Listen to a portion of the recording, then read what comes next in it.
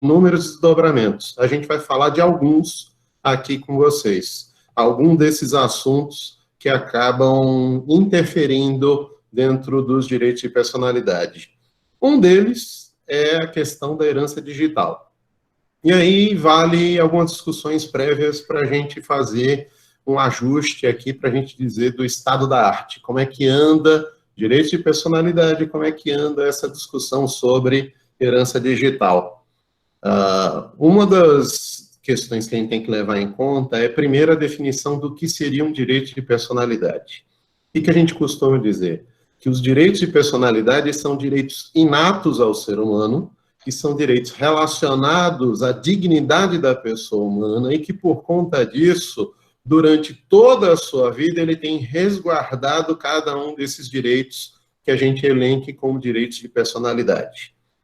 A ideia geral que a gente vai ter aqui é uma discussão que a gente pode fazer se esses direitos de personalidade, se eles se enquadrariam num rol exaustivo ou num rol exemplificativo. O que eu quero dizer com isso? Se eu disser que os direitos de personalidade, eles se enquadram num rol exaustivo, que a gente chamaria aí de números clausos, eu vou ter como direito de personalidade apenas e tão somente aquilo que é relacionado pela legislação.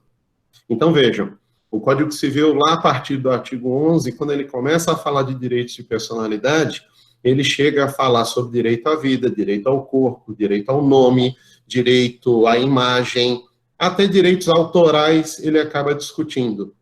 Mas existiriam outros direitos, além desses? Quando eu falo, por exemplo, de privacidade, eu estou falando única e exclusivamente de privacidade, ou eu posso discutir outras nuances do mesmo assunto, como, por exemplo, vida privada, como, por exemplo, intimidade, e até outras questões que a gente vai ver aqui, que é o direito ao esquecimento, que é um outro assunto que me é muito caro, e aí tenho até um livro escrito sobre isso, que Carol participou também da produção desse livro. Então, quando a gente vai discutir os direitos de personalidade seriam um rol exaustivo, taxativo, números clausos, ou seria exemplificativo? O que a gente tem no Código Civil são só exemplos do que seriam direitos de personalidade e que eu posso agregar novos direitos relacionados a essa personalidade. Se os direitos de personalidade são direitos inatos, e a gente sabe que a sociedade ela evolui, em especial do século XX, da segunda metade do século XX para cá, evolui a passos largos, eu não posso dizer que esse rol ele seria um rol exaustivo, taxativo. Eu tenho que entender que esse rol é um rol exemplificativo, que a gente chama de números apertos. Então, eu posso, além daqueles direitos que o Código Civil prevê, eu posso incluir outros direitos. E aí é que vem a discussão entre herança digital e direitos de personalidade. Como é que a gente iria trabalhar isso? Então, primeira coisa, os direitos de personalidade são direitos inatos ao ser humano. São direitos intimamente vinculados à dignidade da pessoa humana. E quando a gente vai falar de outras pessoas, como, por exemplo, as pessoas jurídicas, esses direitos, eles cabem por extensão, não por uma ideia natural desse direito de personalidade. Aqui cabe uma nota que vai em cima daquilo que eu acabei de falar. Se eu digo, direitos de personalidade são direitos inatos e que cabem às pessoas naturais, às pessoas físicas, a gente não pode confundir isso com uma origem dos direitos de personalidade num jusnaturalismo. Inatos, relacionados à natureza humana aqui, seriam em que sentido? Seria em que sentido essa ideia? Primeiro, direito de personalidade é um direito que é vitalício. A gente vai ver aqui quando for falar das características. Então, a partir do momento que eu nasço, até o momento que eu morro, eu vou ter garantido esses meus direitos de personalidade. Então, a questão de dizer que é inato está relacionado ao nascimento do ser humano e à duração dele enquanto pessoa, do nascimento com vida até a morte. Só que a gente vai ver que eu tenho efeitos que transcendem muitas vezes a vida e que levam à legitimidade da defesa de interesses. E isso também é importante a gente discutir. Então, aqui, inato não tem nada a ver, ou pelo menos na minha visão, porque tem autores que têm essa visão, na minha visão, não seria um direito relacionado a um justnaturalismo, mas um direito inato, porque vem a partir do momento que você nasce. Então, a primeira coisa que a gente vai ver é isso. Além disso, a gente, quando vai falar de direitos de personalidade, é importante a gente destacar o quê? As características. O Código Civil, nesse ponto, ele é muito tímido para falar de características de direitos de personalidade. Na verdade, a doutrina elenca o quê? Que os direitos de personalidade, eles acabam sendo considerados gerais, absolutos, extrapatrimoniais, sem um conteúdo patrimonial, vitalícios, como eu falei para vocês, impenhoráveis, imprescritíveis, mas em especial para aquilo que a gente vai discutir aqui, indisponíveis, intransmissíveis. Então, dentro dessa ideia, o direito de personalidade ele tem algumas características que estão relacionadas à existência do ser humano e que, por conta disso, a gente tem que ter um cuidado extremo quando vai tratar deles. E esse direito de personalidade ele não está preso a um rol taxativo da lei. Visto isso, o que a gente vai começar a discutir? Se a gente for ver do século XX para cá, a sociedade, como eu disse para vocês, evolui a passos largos. Eu costumo brincar, quando eu falo diretamente com vocês em sala de aula, que a evolução social é como se fosse uma Ferrari e o direito como se fosse um Fiat 147. Para quem é velho como eu, e a Carol Trindade também, vocês vão ver que a ideia de direito de personalidade, ele, na lei, ainda está muito atrás daquilo que a sociedade, na verdade, exige. A evolução da sociedade, como eu disse, é uma Ferrari que está lá na frente. Só que esse Fiat 147, aquele carro lá do fim dos anos 70, começo dos anos 80, ele não tem a mesma força, não tem a mesma capacidade dessa Ferrari. E a gente sempre está a reboque, sempre está correndo atrás dessa evolução. Por que eu falo muito da segunda metade do século XX? Porque se vocês forem ver a evolução social até o século XX, em especial com o comecinho da Revolução Industrial, as primeiras revoluções industriais, a sociedade, a evolução não foi tão rápida quanto a gente vê do século XIX para cá, em especial da segunda metade do século XX para cá. A evolução, ela dispara, ela ganha uma proporção sem imagem, sem imaginação, até a metade do século XX, a partir do momento que a gente cria o quê? Equipamentos eletrônicos. A gente começa a desenvolver a sociedade rapidamente. Então, a gente vai ter lá, do século XVIII para o século XIX, uma primeira revolução industrial, surgimento de máquinas a vapor. Depois, no final do século XIX, a gente surge a segunda revolução industrial, com o surgimento de máquinas à explosão, motores à explosão. Mas na segunda metade do século XX vão surgir os equipamentos eletrônicos, os primeiros computadores. Lembrem da história do Alan Turing. Alan Turing cria uma das primeiras máquinas que vão servir para alavancar a evolução da sociedade como a gente imagina hoje. E a gente vai ter, apesar de ter sido criado nos anos 50 para os anos 60 como meio de comunicação, a gente vai ter lá para os anos 90, para os anos 2000, o surgimento da internet. E aí a gente começa a caminhar para uma quarta revolução industrial. Então a gente passa até aí uma revolução industrial pautada muito no surgimento de equipamentos eletrônicos na metade do século XX e depois, no final do século XX, para o começo dos anos 2000, século XXI, surge a internet. E aí, com isso, surge a internet, surge a inteligência artificial e surgem outras coisas. Não sei se vocês já tiveram contato com esse autor, acredito que sim, mas tem um autor que é muito festejado, é muito discutido nos últimos anos, que é o Zygmunt Bauman. Bauman tem uma obra muito conhecida, ele tem várias obras conhecidas, a maioria delas baseadas no mesmo fio condutor, mas Bauman tem uma obra muito conhecida chamada de modernidade líquida. O que seria a ideia de modernidade líquida? Nos tempos atuais, os nossos valores são diferentes dos valores antigos.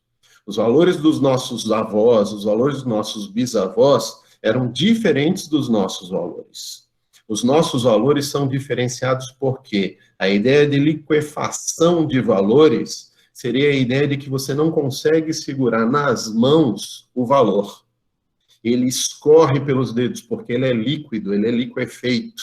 Então, simplificando excessivamente até a ideia do Bauman, a gente pode pensar o quê? Que com o surgimento da internet, de redes sociais, de métodos diferenciados de comunicação, valores como intimidade e privacidade passam a ser vistos de maneira diferente. Essa visão diferenciada que o Bauman destaca acaba criando para muita gente uma certa dificuldade, uma dificuldade de conviver com essa modernidade líquida. Freud já dizia isso. E aí a gente vai ter o quê? O surgimento de novas situações, de novas questões. Tem um autor que eu gosto muito, eu vou acabar passando aqui para vocês um material que eu fiz um resumo geral da apresentação, e aí eu vou acabar passando para vocês depois, por conta da dificuldade de a gente manter aqui esse visual da câmera e de uma apresentação, que é o Yuval Harari. Não sei se vocês já ouviram falar desse autor, é um autor de história, que faz algumas avaliações bem interessantes. É um israelense que faz um estudo da sociedade, como ela funciona hoje. E tem um livro dele, que é, se eu não me engano, 21 ideias para o século XXI, que ele trata, em especial, da questão da internet, como ela funciona na nossa vida. E uma das coisas que ele destaca nesse livro seria o quê? Baseado muito nessa ideia que eu falei para vocês da modernidade líquida do Bauman, o Yuval Harari, ele acaba falando o quê? Que a gente cria, no século XXI, um novo tipo de bem. Até os nossos pais, até a geração anterior à nossa, quando a gente ia falar de bem, a gente falava de quê? De casa, de carro, apartamento, fazenda. Isso seria a condição de propriedade, de patrimônio.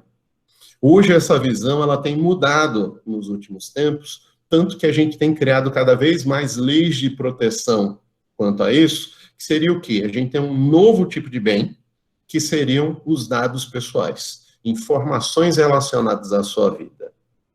Voltando para o Bauman, o que a gente tem? Hoje a gente tem rede social, a maioria das pessoas tem, acredito que todos vocês aqui tenham redes sociais, se não participem de todas as redes, mas de uma grande parte delas, ou pelo menos uma. Mas o que a gente acaba fazendo? A gente posta de prato de comida que a gente está comendo a interações sociais em tempos de restrição de liberdade. A gente bota lá no Instagram dizendo, em casa, e aí você mostra onde você está. O Yuval Harari, o que ele faz? Ele diz, olha, tudo isso que você posta na rede acaba servindo como um dado que essas empresas vão utilizar e elas vão ganhar dinheiro não com o serviço que presta para você, mas com a venda desses dados, a venda dessas informações. Então, como eu costumo dizer, sempre é estranho quando a gente tem uma conversa em casa ou faz uma busca de algo na internet e, de repente, quando vai entrar na rede social, aparece uma miríade sem fim, uma lista sem fim de ofertas de venda de produtos ou de serviços que eu não pesquisei naquela rede social, eu pesquisei em outra. Essa rede, esse computador, esse telefone que a gente trabalha, ele trabalha com isso, com captação de informações que vão ser vendidas. Tudo isso eu estou dizendo por quê? Os dados hoje podem ser considerados bens. E você ter rede social, você ter um YouTube, você tem informações, conversas que você tenha, desde um WhatsApp até um Messenger do Facebook. Você tem isso que a gente coloca numa conta de privacidade, de intimidade, mas que num dado momento, quando a gente vem a falecer, o que vai acontecer com todas essas informações? Essa é a discussão principal que a gente tem que levar aqui em conta. Então, como eu estava dizendo para vocês, eu tenho os direitos de personalidade, que, como defende muito a escola carioca, a escola da Faculdade Estadual, da Universidade Estadual do Rio de Janeiro, a UERJ, essa lista ela é uma lista exemplificativa. A gente pode agregar uma série de novos direitos o tempo todo. E aí, quando eu agrego esses novos direitos a essa lista, que, repito, ela é exemplificativa, quando a gente tem a internet, quando a gente tem informações que começam a ser trabalhadas como bens de consumo, e que vão ser alienadas, a gente vai começar a discutir um novo padrão do direito.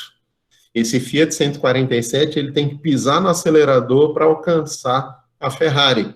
E aí a sociedade evolui a um ponto de que, quando a pessoa falece, o que eu vou fazer com toda essa informação que foi posta nas redes sociais? O que eu vou fazer com todas essas informações que a pessoa tenha na internet? E mais do que isso, será que eu poderia considerar que contratos que eu faça, como, por exemplo, serviços de streaming, em que eu baixo uma música, essa música me pertence? Ou isso não é mais possível, eu não posso mais considerar isso como um bem e a gente vai dar um tratamento diferente? Então, eu vou começar a discutir essas questões aqui com vocês. Antes da gente falar disso, eu queria tratar de alguns detalhes aqui com vocês. A primeira ideia que eu queria discutir aqui com vocês seria a ideia do que é bem. Isso vai ser importante para a gente discutir mais adiante a questão da herança digital, dessa sucessão digital. Se a gente for estudar a visão mais tradicional, mais antiga, a gente vinculava muito a discussão de bem à coisa, pensando que bem no sentido corpóreo, bem no sentido material, de uma existência física. Mas a partir do momento, a gente começa a entender que bem é muito maior do que coisa. Não é todo autor que entende isso. Alguns autores invertem, entendem que coisa seria gênero e o bem seria uma espécie. Aqui eu coloco ao contrário, o bem como gênero e a coisa espécie. A coisa ela seria o bem que seria corpóreo, de existência física. Enquanto bem, de uma forma geral, a gente teria uma outra visão, uma visão diferente. Qual seria essa outra visão, essa visão diferente? Quando a gente vai falar de bem, hoje a doutrina diz o quê? Que bem é tudo aquilo que é suscetível de valoração. Tudo aquilo que eu possa atribuir valor, não necessariamente econômico, eu vou chamar isso de bem. Então, se eu disser, por exemplo, eu tenho uma marca, eu tenho uma patente, eu tenho um direito autoral de um livro, isso seria bem? Eu poderia discutir, por exemplo, quem seria de fato o proprietário das músicas dos Beatles. Se vocês forem fazer um estudo agora na internet, vocês vão descobrir que a propriedade das músicas dos Beatles pertence ao espólio do Michael Jackson, aos herdeiros do Michael Jackson. Por quê? Porque em vida o Michael Jackson, como uma forma de dinamizar os seus recursos, o seu dinheiro, ele investiu comprando a propriedade, os direitos autorais das músicas dos Beatles. E aí você vai dizer, então, já que é todo o valor que eu atribuo a determinada coisa, eu vou dizer que a minha vida, a minha intimidade, a minha privacidade, meu corpo, a minha integridade psíquica também seriam bens. Se a gente for pensar que bem é tudo aquilo que é suscetível de valor, seria. Só que aí a gente vai fazer uma outra distinção. A gente tem os bens da vida, que bastariam para você entender a complexidade desse bem, uma valoração. Todo valor que eu viesse atribuir a uma determinada figura, a gente passaria a entender que ali eu teria um bem. Então, se eu atribuo um valor não necessariamente econômico, eu vou ter um bem. Só quando a gente vai falar de bem jurídico, de bem baseado naquilo que a gente estuda no Código Civil, não basta a valoração. Além da valoração, eu preciso de uma apropriabilidade. E essa é uma discussão que a gente vê na própria doutrina, onde Miranda coloca isso muito bem, quando ele diz que para você entender o bem civil, o bem ele precisa, além de uma valoração, repito, não necessariamente econômica, ele precisa de uma apropriabilidade. O que seria essa ideia de apropriabilidade? Vamos voltar para a música dos Beatles. Quem foi que escreveu a música? O Paul, o John, eles escreveram a música, pertence ao grupo, à banda, só que quem tinha a propriedade dessa música, num dado momento, resolveu vender. E aí, quando vendeu, outro se apropriou. Então, a ideia de apropriabilidade é isso, uma ideia de pertencimento. Eu posso dizer que ideias, um direito autoral, um livro, por exemplo, a imagem que a gente está discutindo aqui, vai pertencer a uma determinada pessoa. A faculdade, por exemplo, quando a gente vai fazer uma foto para postar no outdoor, para postar na internet, o que a faculdade faz? Manda a gente assinar um termo em que a gente autoriza o uso da nossa imagem. E essa ideia que a gente vai ter aqui, eu vou estar começando a discutir o quê? Que eu tenho certos bens que são imateriais e que esses bens, além de serem valoráveis, são apropriáveis. Então, quando a gente começa a pensar isso, eu vou começar a discutir. Será que os direitos de personalidade, a vida, a integridade física, a integridade psíquica, a vida privada, a intimidade, seriam direitos apropriáveis ou apenas valoráveis? Então, aí a gente vai fazer uma distinção que vai ser importante para a gente discutir como vai funcionar essa ideia de herança digital. Aquilo que eu posso ou que eu não posso deixar para alguém, como vai acontecer isso? Então, a gente vai colocar aqui duas categorias de bem. Um bem como gênero, como bem jurídico, bem da vida, basta ser valorado para ser bem, e a gente vai ter uma segunda ideia de bem, que vai ser o bem civil, que além da valoração, eu vou depender de uma apropriabilidade. Então, visto isso, o que a gente vai começar a discutir? Quando a gente for falar de internet, e necessariamente, consequentemente, for falar de herança digital, a gente tem que fazer uma distinção aqui na internet de duas situações: perfis virtuais e patrimônio virtual. Por que eu falo de perfil virtual separado de patrimônio virtual? A ideia de perfil virtual é aquilo que a gente chama de e-personality. O que seria isso? Seria a minha personalidade virtual. Quantas pessoas têm numa rede social postada a sua vida? Aqui é o meu irmão, aqui é minha irmã, esse aqui é o meu pai, esse aqui é minha mãe, nasci no dia tal. Você coloca todas as suas informações em rede. Hoje em dia, os documentos pessoais nossos estão sendo colocados em rede. E aí, como é que a gente vai trabalhar isso? Aqui, você vai ter vamos lá, vou usar um termo aqui que não seria a ideia geral do que eu quero, mas seria um patrimônio sem valor econômico. Vamos pensar dessa forma aqui. Né? Acaba sendo dado um valor econômico para essas informações, mas em si, a própria pessoa, o indivíduo, ele não vê um caráter econômico, pelo menos não ainda hoje, ele não vê um caráter econômico para esses dados. Só que eu também vou ter um patrimônio virtual.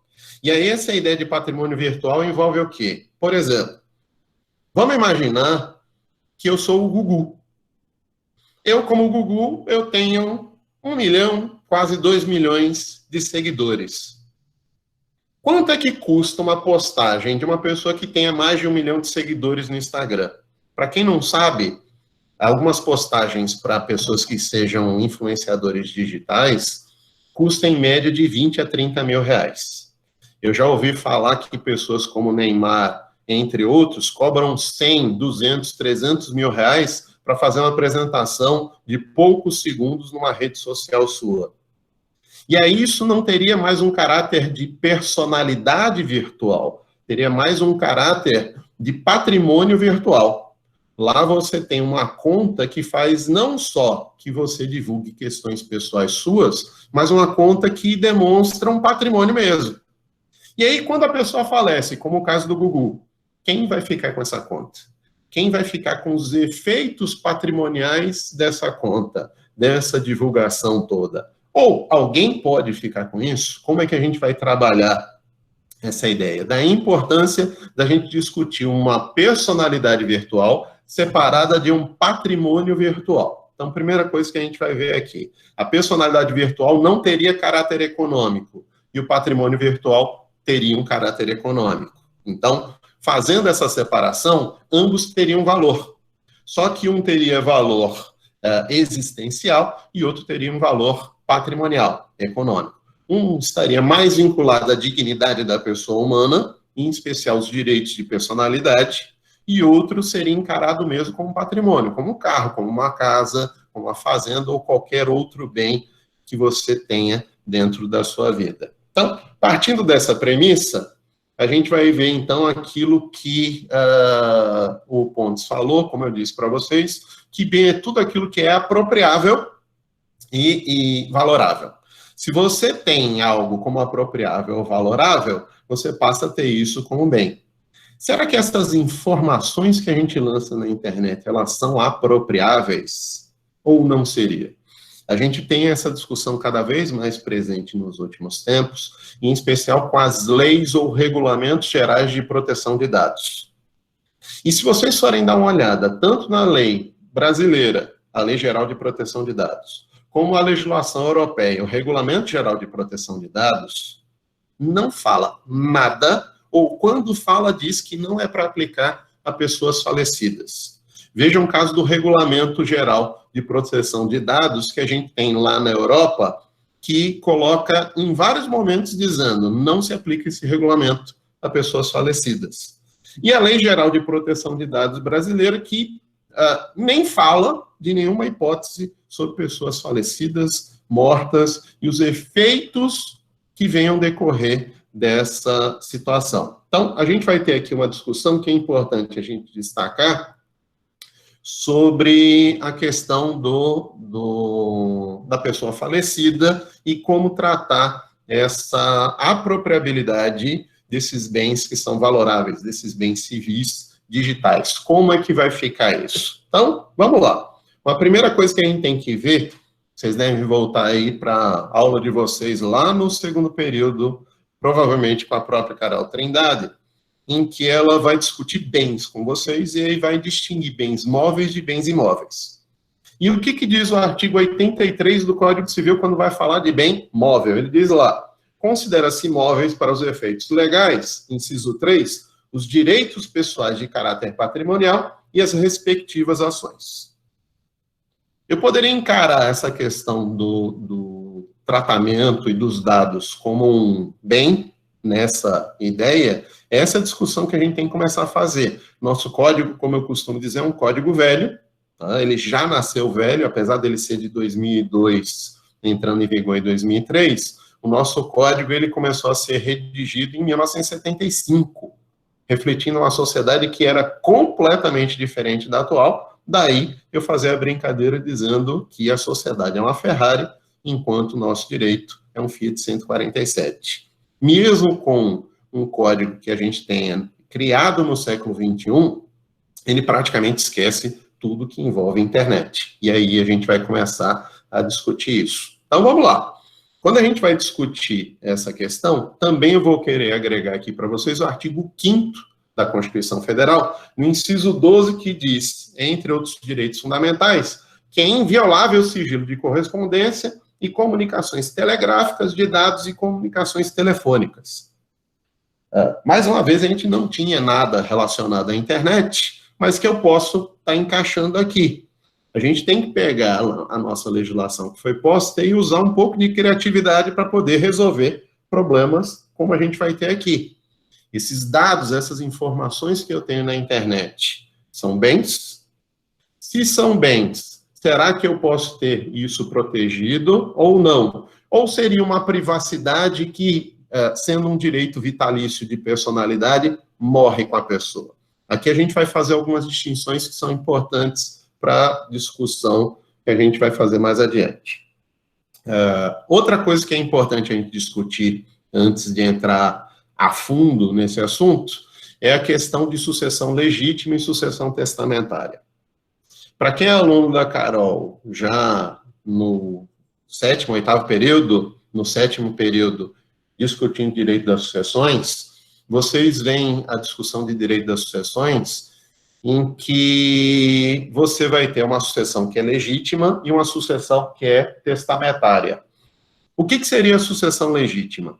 As pessoas que, morrendo ab intestato, ou seja, sem testamento, ou as pessoas que, mesmo que tenham testamento, mas tenham herdeiros necessários, você vai aplicar aquilo que a gente chama de sucessão legítima. O legislador ele vai regular, fazendo um resumo geral, como seria a sucessão, a partilha, o inventário, o arrolamento do patrimônio pertencente ao decujus, ao falecido. Só que, em paralelo à sucessão legítima, a gente tem uma figura que é a sucessão testamentária. O que é a sucessão testamentária? Seria um ato de vontade, de autonomia, em que o indivíduo, a pessoa, antes de falecer, faria disposições para o que aconteceria com o seu patrimônio, o que aconteceria com os seus interesses pessoais, para depois da morte. Como isso seria resolvido? Basicamente, através da autonomia privada, da autonomia do indivíduo.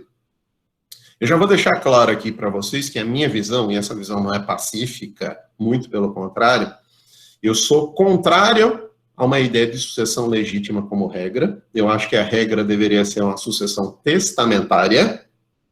E eu sou contrário à ideia da gente manter herdeiros necessários, exceto em alguns casos específicos. Vou dizer por quê.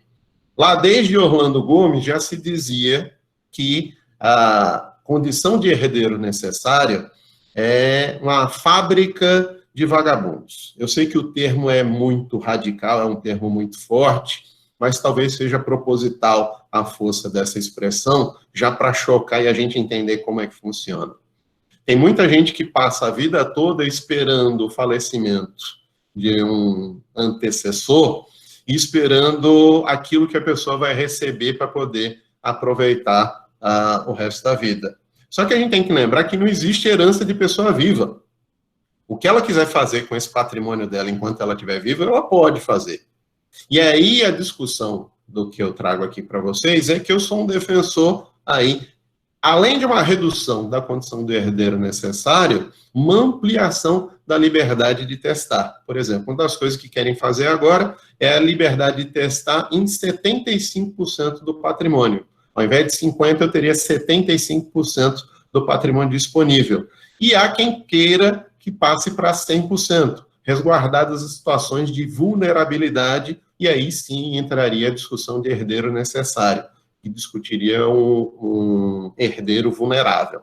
Mas, partindo dessa ideia aqui, a gente vai ter o quê? Uma sucessão que é legítima, uma sucessão que é testamentária. A sucessão legítima, o próprio legislador regula como vai ser feita, e a sucessão testamentária, o decujus, antes do óbito, antes dele falecer, ele vai determinar como é que vai ser procedida a partilha dos seus bens, a separação dos seus bens e como seus interesses passarem a ser respeitados. Então, essa é a ideia de que a gente vai ter aqui. E dentro disso, vem uma discussão. Como é que as empresas que envolvem internet e dados na internet têm tratado a questão do falecimento do indivíduo? Quando o indivíduo morre, o que eu poderia fazer? Aqui eu trouxe para vocês uma lista de algumas hipóteses. Por exemplo, o caso mais conhecido que a gente tem é o do Facebook, porque o Facebook ele te dá duas alternativas. Primeiro, ele permite que você nomeie um herdeiro que vai ser o herdeiro da sua conta. Mas esse herdeiro ele vai ter só duas opções. Ou transformar sua conta em memorial, ou então ele pode determinar que seja encerrada a sua conta. Essa pessoa ela não pode, dentro das regras do Facebook, gerenciar a sua conta. Manter a sua conta ainda e tocar a sua conta como se fosse um bem, como se fosse um patrimônio. Aí vai entrar a discussão daquilo que eu estava falando para vocês. Os bens com e sem caráter patrimonial. Tá? Mas vamos lá.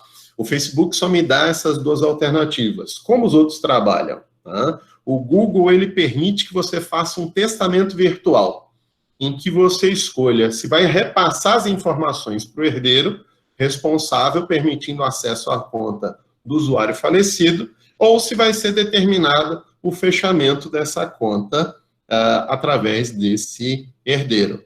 Então, o Google ele acaba fazendo um testamento virtual em que permite que você tenha mais liberdade do que faz o Facebook, de transformar em memorial ou encerrar a conta. Ele permite que você passe a ter acesso às informações e que você gerencie todos aqueles dados que pertencem ao de cujus, ao falecido.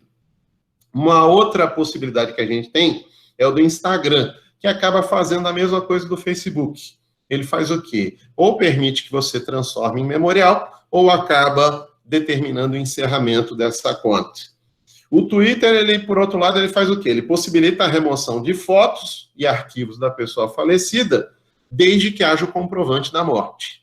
Mas ele não permite que essa conta vá continuar. Então, você pode tirar as informações de lá, mas você não poderia, em hipótese alguma, estar escolhendo uma continuação dessa conta.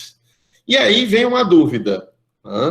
Se essas empresas, vamos colocar dessa forma, elas não permitem, ou quando não permitem, no caso do Facebook, do Instagram, que pertencem ao mesmo grupo, não me permitem um acesso à minha conta, o que faria o meu herdeiro nesse caso? Ele poderia ter acesso como? Ele não tem a minha senha, como ele teria acesso à conta? Se alguém disser, informar o Facebook ou o Instagram que eu faleci, automaticamente o Instagram já transforma em memorial ou encerra essa conta. Mesmo que não tenha sido o herdeiro, alguém pode prestar essa informação e o Facebook vai lá e acaba encerrando, ou o Instagram acaba encerrando essa conta. Como agir nesse caso? Tem uma alternativa. Existe um tipo de empresa que, não sei se vocês já ouviram falar, que é o www.brevitas.com.br, que gera um cofre de senhas para você. Você pode abrir uma conta lá e todas as suas senhas são guardadas nesse cofre, como se fosse um cofre cheio de joias, cheio de dinheiro, em que o meu herdeiro vai poder acessar no momento da minha morte. Ele vai ter acesso às senhas minhas para que ele possa acessar as minhas contas na integralidade daquilo que eu quero deixar para ele. Então, eu posso fazer isso. Mas vejam, a gente tem o Google, o Facebook, Instagram, o Twitter, que a gente falou, mas tem outros casos. 2 eu quero discutir aqui com vocês. Um deles, a Microsoft permite o acesso completo do conteúdo de contas de e-mail, Hotmail, Outlook, Live, tudo, desde que fique provado que você é herdeiro e que houve o óbito do proprietário dessa conta. Aí a gente estaria bem mais próximo daquilo que a gente faz na prática com o carro, com a casa, com o apartamento. Né? E tem uma outra situação, que essa eu quero discutir com vocês, que é o caso da Amazon. Qual o trabalho da Amazon? O que a Amazon faz? Ela, em tese, ela foi criada como uma biblioteca virtual. E partindo dessa ideia inicial do que seria a Amazon, eu adquiro livros. E esses livros que eu adquiro, será que eu poderia deixar aos meus herdeiros? Essa mesma ideia vai servir para outros serviços de streaming que eu tenha. Por exemplo, a minha playlist no Spotify pode ficar para um herdeiro meu? Ele pode ter acesso a isso? No caso do Apple Music, as músicas que eu adquiri poderiam ser transferidas a esses herdeiros? A Amazon, como um padrão geral desse tipo de serviço, ela proíbe. Ela diz que você compra um serviço de acesso. Você não tem uma compra de um bem, você não é dono de um livro. E a partir do momento que falece a pessoa, que seria o cliente dela, que vai ter esse acesso, está encerrada a conta e os herdeiros não teriam acesso a esses livros, por maior que seja o investimento nesses livros. Eu fiz um estudo recentemente e algumas pessoas fizeram pesquisas do quanto que se investe em bens virtuais. E a média geral do que foi avaliada no mundo é uma média que bate quase 280 mil reais de investimentos. Por quê? A gente vai desde questões de pessoas que compram jogos virtuais, até pessoas que mantêm uma vida virtual, uma Second Life. Essas pessoas comprariam nesses jogos ou nessa vida virtual, comprariam bens, e esses bens teriam valor que essa pessoa poderia revender esse bem. Como é que fica se essa pessoa morre? Morre com ela o acesso a esse bem e o valor que foi investido? Então, isso é uma coisa que é preocupante, que o direito tem que discutir como é que vai estar tratando esse tipo de questão. A Amazon opta por, havendo falecimento do cliente, não tem mais acesso, os herdeiros, aos livros e objetos que tenham sido adquiridos lá no Amazon, a não ser que sejam objetos físicos. E aí, essa discussão eu vou trazer de volta para vocês quando a gente for falar de um caso que aconteceu na Suprema Corte Alemã, daqui a pouco eu vou discutir isso com vocês, em que uma menina faleceu e os pais tentaram acesso à conta dela do Facebook e foi negado pelo Facebook. A gente vai discutir isso já já com vocês e vai ter a ver com o que a gente está discutindo aqui, em especial com a Amazon. Tá? Então, algumas empresas, elas têm feito o quê? Têm me dado a opção. Eu escolho, enquanto herdeiro, fechar a conta ou transformar em memorial. O que é um memorial? Eu travo a conta e ninguém mais tem acesso àquela conta. Aquilo que está lá, que eu postei, vai ficar lá, mas ninguém pode postar mais nada na minha conta, nem retirar nada da minha conta.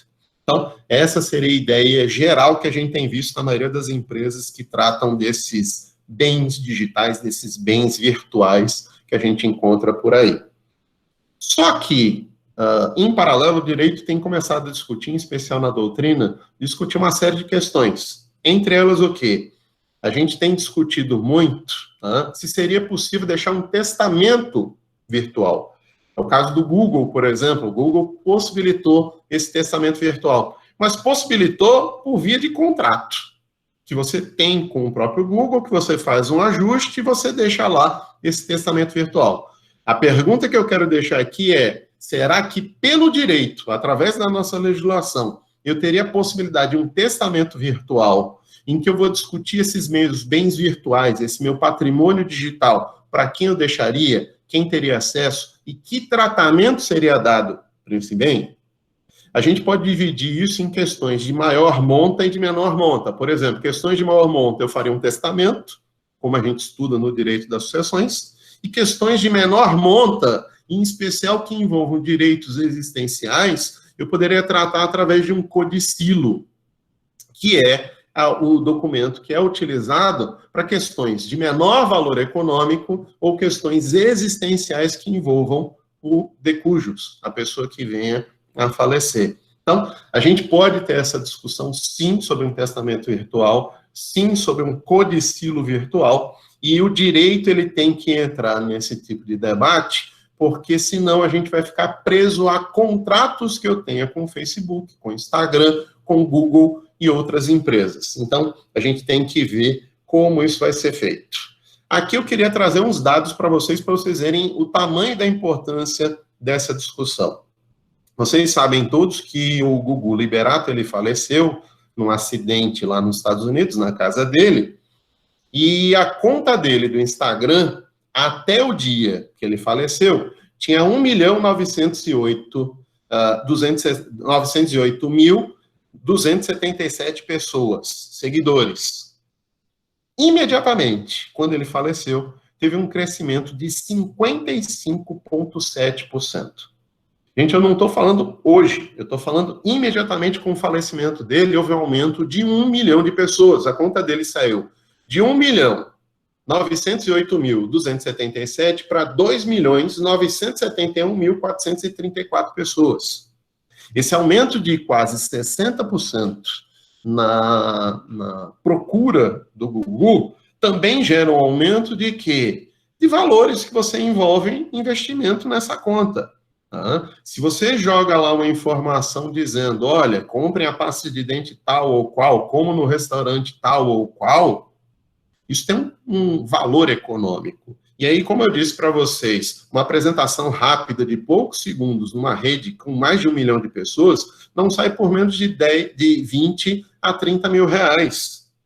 Eu disse para vocês, pessoas como o Neymar, o investimento que você faz para sair poucos segundos numa conta de Instagram do Neymar, já pula a cifra para 3 dígitos. Você passa aí a ter 100, 200, 300 mil reais de investimento para poder sair uma propaganda lá, dada a procura e o número de pessoas que seguem Neymar, já que aí é na conta de 12 milhões, se eu não me engano, da última vez que eu vi. Então, o que a gente tem que fazer nesse caso? Hoje o Brasil está se deparando com esse tipo de discussão, e a gente não tem legislação que regule o fato. Só que é uma coisa que a gente vê no mundo afora. A gente tem alguns projetos de lei que eu vou discutir com vocês no finalzinho. Assim que a gente tiver para terminar, a gente vai ter aqui uma discussão sobre esse assunto. Mas vamos lá. Eu tinha falado agora há pouco para vocês de um caso da Alemanha.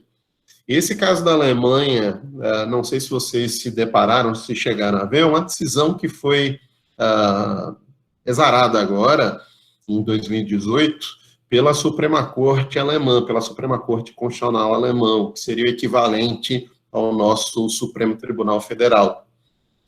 Esse processo discute o quê? Uma menina em que havia suspeita de suicídio dela, e que os pais, numa tentativa de investigar se havia ou não havia suicídio, tentaram entrar na conta dela.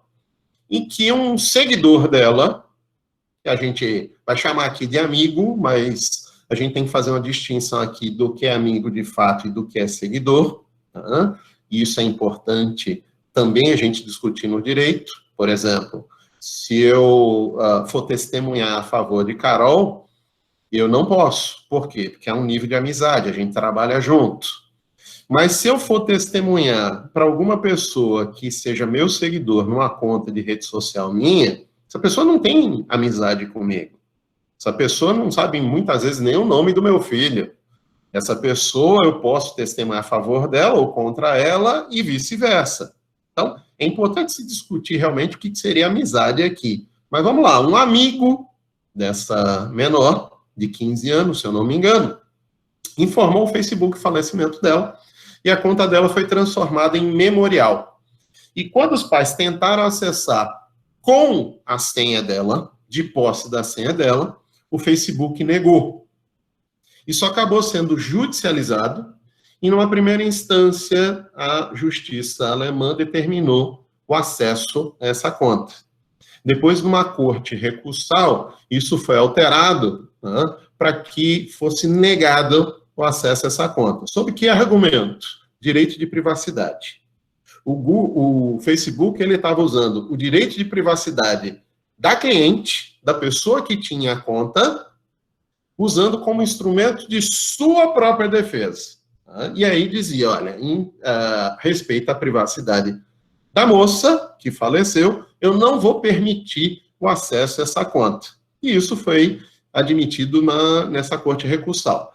O processo acabou indo para a última instância, a instância constitucional, em que essa corte constitucional alemã considerou que uma abusividade do contrato firmado com o Facebook por vários motivos. Primeiro deles, era contrato de adesão. E como contrato de adesão, vocês sabem que o Código Civil diz o quê? Contrato de adesão, você interpreta a cláusula favoravelmente ao aderente. O que significa isso? Por exemplo, vamos sair um pouquinho aqui desse assunto para vocês entenderem o que eu quero falar. Antigamente era muito comum os contratos de seguro dizerem o seguinte, o seguro do teu carro é de 2 anos ou até 60 mil quilômetros, o que terminar primeiro. O Código de Defesa do Consumidor, tal qual o Código Civil faz para o aderente, o Código de Defesa do Consumidor diz o quê? Que o contrato de consumo ele é interpretado favoravelmente ao consumidor. E você dizer o que terminar primeiro não é interpretação favorável, é interpretação desfavorável, contrária ao consumidor. E aí, dentro dessa ideia, o que passou a fazer a justiça brasileira? Dizer, não, é o que termina depois. E por isso que os contratos de garantia passaram a ter o quê? 3 anos, 2 anos, 1 ano, justamente para não ter essa discussão. O que terminar primeiro. Então, esse contrato de garantia, ele passa a ser colocado numa interpretação favorável ao consumidor. A mesma coisa a gente tem que fazer aqui nesse contrato que eu tenho, que além de ser relação de consumo, que eu tenho com o Facebook, é também um contrato de adesão. E aí, sendo um contrato de adesão, a interpretação tem que ser favorável ao aderente. Inclusive, para considerar, como fez essa corte, a Suprema Corte Alemã Constitucional, considerar que esse contrato, ele seria abusivo nessas cláusulas. E contando com essa abusividade, com a invalidade dessa cláusula, admitiu que os pais tivessem, por este motivo, acesso à informação. No que diz respeito ainda à própria questão de privacidade, a gente vai ver o quê? Vamos lá. Nosso Código Civil, quando vai falar de direitos de personalidade, incluindo a intimidade, privacidade, vida privada, quando vai discutir isso, ele diz o quê? Vamos lá. O Código Civil, deixa eu só pegar aqui para vocês, rapidinho. Ele diz no artigo, salvo engano, artigo 12, deixa eu só pegar rapidinho aqui para vocês, tá? No parágrafo único. Ele diz o quê? Vamos lá, de cabeça, para não perder o tempo de vocês. Tá? Que a legitimidade para a defesa, isso está no CAPT, dos interesses de direitos de personalidade de uma pessoa, cabem a esta pessoa. Mas em situações de falecimento, os herdeiros poderiam ter acesso, poderiam ter legitimidade para defender esses interesses. Em nenhum momento o Código Civil, e eu acredito, em nenhum momento a legislação, nem alemã, diz que a empresa que está cuidando, que está tratando dos dados, passa a ser dona desse dado, dessa informação. E aí entra aquela discussão que a gente fez no começo. Tá?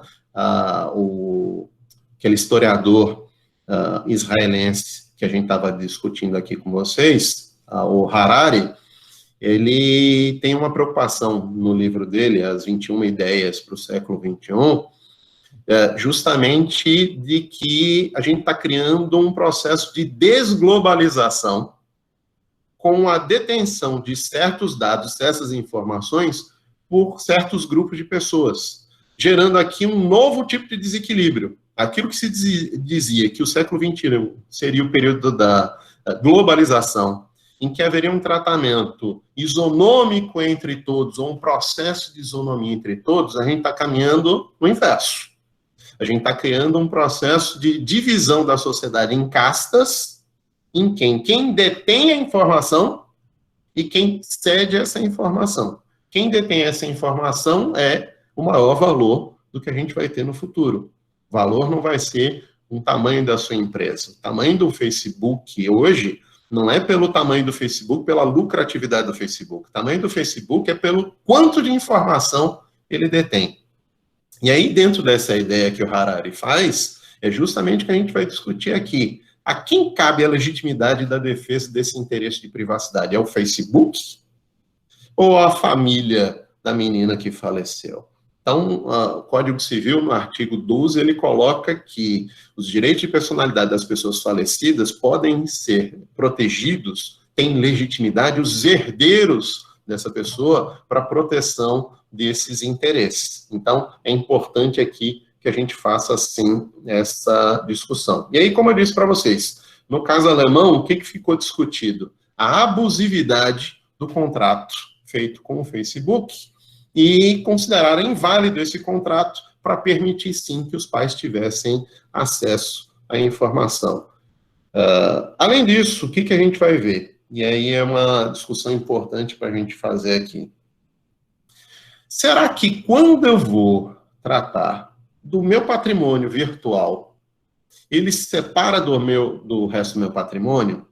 A Corte Alemã, entre outras coisas, pegou um artigo do BGB, do Código Civil Alemão, em que coloca, tal qual o direito brasileiro faz também, coloca o direito de sucessão como um direito universal. O que significa isso? A partir do momento que o indivíduo falece, esse patrimônio dele, virtual ou físico, ele se transforma numa coletividade, se transforma num bem universal, numa universalidade de direito, e que, pelo princípio do Sezine, se transfere automaticamente para os herdeiros. Então, além do fundamento da ideia da abusividade do contrato, baseado em ser um contrato de adesão e a interpretação ser favorável não à empresa, e sim ao aderente, não ao fornecedor, e sim ao consumidor. Também aqui a gente vai ter a discussão de que se há uma universalidade na sucessão, todos esses direitos foram transmitidos aos herdeiros. Se os herdeiros eram os pais da menina, eles é quem deveriam escolher o que fazer com essa conta dela. E aí não deveria ter só as duas alternativas, fechar a conta ou transformar em memorial. Eu queria ter acesso a essa conta e eu queria ter um tratamento sobre isso. O nosso direito não é muito diferente nesse ponto. Por quê? Artigo 1784, ele fala, aberta a sucessão, a herança transmite-se desde logo aos herdeiros legítimos e testamentários. É aquilo que a gente chama do princípio do Sezin. Cesine é a transferência automática de todo o patrimônio para os herdeiros. Só que enquanto eu não fizer a partilha, enquanto eu não fizer o inventário, o arrolamento e o efeito que é a partilha, eu vou ter isso como um bem coletivo, como um bem universal, como uma universalidade de direito, como a gente vê aí no Código Civil, no artigo 91, que diz o quê? Constitui universalidade de direito o complexo de relações jurídicas de uma pessoa dotadas de valor econômico. Como eu disse para vocês, uma conta de Instagram do Google tem um valor econômico. E aí, como fica para os herdeiros essa discussão? Então, o Código Civil ele chega no artigo 1791 para confirmar isso tudo e diz: a herança defere-se como um todo unitário, ainda que vários sejam os herdeiros. E o parágrafo único diz o quê? Até a partilha, o direito dos co-herdeiros quanto à propriedade e à posse da herança será indivisível e regular-se-á pelas normas relativas ao condomínio. Que é o quê? O que a gente falou aqui do artigo 91, que é a universalidade de direito ou de bens coletivos de direito. Então, essa é a ideia que a gente acha lá no BGB alemão, a gente também repete aqui no nosso Código Civil. A gente vê essa ideia aqui também sendo discutida. Tá? Para a gente começar a fechar essa apresentação, o que vocês vão ver aqui? Tem duas leis que eu queria dar um destaque para vocês. O Marco Civil da Internet e a Lei Geral de Proteção de Dados. Elas protegem a gente no que diz respeito à herança digital? Não, não protegem nada. Mas a gente acaba encontrando alguns artifícios, algumas armas que a gente vai utilizar como fundamento. Quais são elas? Vamos primeiro para o Marco Civil da Internet, que ele já entrou em vigor. O que ele diz lá no artigo 3º? A disciplina do uso da internet no Brasil tem os seguintes princípios: proteção da privacidade, proteção de dados pessoais na forma da lei e liberdade do modelo de negócio promovidos na internet, desde que não conflitem com demais princípios estabelecidos nesta lei. E continua lá no artigo 6º e depois no artigo 17, dizendo o quê? Na interpretação desta lei serão levados em conta, além dos fundamentos, princípios e objetivos previstos, a natureza da internet, os seus usos e costumes particulares, a sua importância para a promoção do desenvolvimento humano, econômico, social e cultural. E o artigo 17 fecha dizendo que toda pessoa natural tem assegurada a titularidade de seus dados pessoais e garantidos direitos fundamentais de liberdade, de intimidade e privacidade nos termos dessa lei. Então, esse dado me pertence. Será que eu posso dizer que esses contratos que eu fecho com o Facebook, com o Instagram, seriam contratos abusivos? Tal qual foi decidido lá na Alemanha, sim, são contratos abusivos e que a gente tem que ter uma disposição do próprio indivíduo sobre esses dados. O que fazer e como fazer com esses dados. Além disso, a gente vai ter a discussão aqui da Lei Geral de Proteção de Dados, que no artigo 2º ainda vai entrar em vigor, mas no artigo 2º diz o quê? A disciplina da proteção de dados pessoais tem como fundamentos o respeito à privacidade, a autodeterminação informativa, a inviolabilidade da intimidade, da honra e da imagem, a livre iniciativa, a liberdade de concorrência e defesa do consumidor, e os direitos humanos, o livre desenvolvimento da personalidade, a dignidade e o exercício de cidadania pelas pessoas naturais. Então, vejam, nenhuma dessas leis, a exemplo do que a gente já vê na Europa, o Regulamento Geral Europeu fala que não se aplica às pessoas falecidas o regulamento, a exemplo do que a gente viu na Europa, a nossa Lei Geral de Proteção de Dados e o Marco Civil da Internet não trata nada sobre esse assunto. E aí, não tratando nada desse assunto, a gente tem projetos de lei que tratam sobre esse assunto. Eu queria destacar 2. Eu conheço 3 projetos de lei, mas 2 ganham destaque aqui. Inclusive, que já foram bem avaliados no IBDFAM, no Instituto Brasileiro de Direito de Família, pelo Zeno Veloso. Se vocês procurarem, tem alguns textos dele falando sobre isso. E aí, vamos lá, tem 2 projetos. O primeiro, projeto de lei 4.099-A, de 2012, que diz o quê? Ele acrescenta um parágrafo único no artigo 1788, que passaria a falar se fosse aprovado. Serão transmitidos aos herdeiros todos os conteúdos de contas ou arquivos digitais de titularidades do autor da herança. E o projeto de lei 4.847 de 2012 também diz o quê? Ele cria o artigo 1797-A, que diz: a herança digital defere-se como conteúdo intangível do falecido, tudo que é possível guardar ou acumular em espaço virtual nas condições seguintes: senhas, redes sociais, contas de internet, qualquer bem e serviço virtual, digital de titularidade do falecido. Acrescenta ainda um artigo 1797-B, que diz o quê? Se o falecido, tendo capacidade para atestar, não tiver feito, a herança será transmitida aos herdeiros legítimos. E o 1797-C diz o quê? Cabe ao herdeiro, 1. Definir o destino das contas do falecido, transformá-lo em memorial, deixando acesso restrito a amigos confirmados e mantendo apenas o conteúdo principal, ou apagar todos os dados do usuário ou remover a conta do antigo usuário. Então, vamos lá, para a gente encerrar aqui, eu queria fazer uma discussão com vocês nesse assunto, para a gente fechar. Esses projetos de lei, eu acho que eles merecem alguns ajustes aqui e acolá, mas eles são muito melhores do que o que a gente já tem. Eu preciso, sim, de uma legislação que regule bem como vai ser feita essa sucessão. Mas, como eu disse para vocês, eu sou uma pessoa que prima muito pelo direito da sucessão testamentária, da liberdade de testar, e eu defendo até a liberdade de testar em 100%. Eu acho que o indivíduo deveria ter liberdade para deixar aquilo que ele quisesse em vida ou para depois da morte para quem ele quisesse. Tá? Não é isso que o nosso direito coloca. Ele coloca limites à liberdade de testar, e aí, dentro disso, a gente vai ter em paralelo uma sucessão legítima. Vocês veem que os projetos, eles chegam a falar sobre isso, que se eu não tiver um testamento, eu vou aplicar a sucessão legítima. Só que aí haveria esse resguardo do quantos por cento eu posso dispor. A gente tem que entender isso porque qual seria o valor econômico de uma conta de Instagram? Como avaliar isso? Isso seria um problema, a gente tem que levar isso em conta. Eu consigo avaliar um carro, consigo avaliar uma casa, mas será que eu consigo avaliar um bem intangível, um ativo intangível como uma conta de Instagram? Então, é uma questão que a gente tem que levar em conta nessa discussão. Segunda questão que a gente tem que levar em conta aqui, tá? Como eu tinha dito para vocês, eu tenho uma personalidade virtual separada de um patrimônio virtual. Eu acho que a gente tem que fazer uma distinção aqui. O que é personalidade virtual é aquilo que não teria um caráter econômico.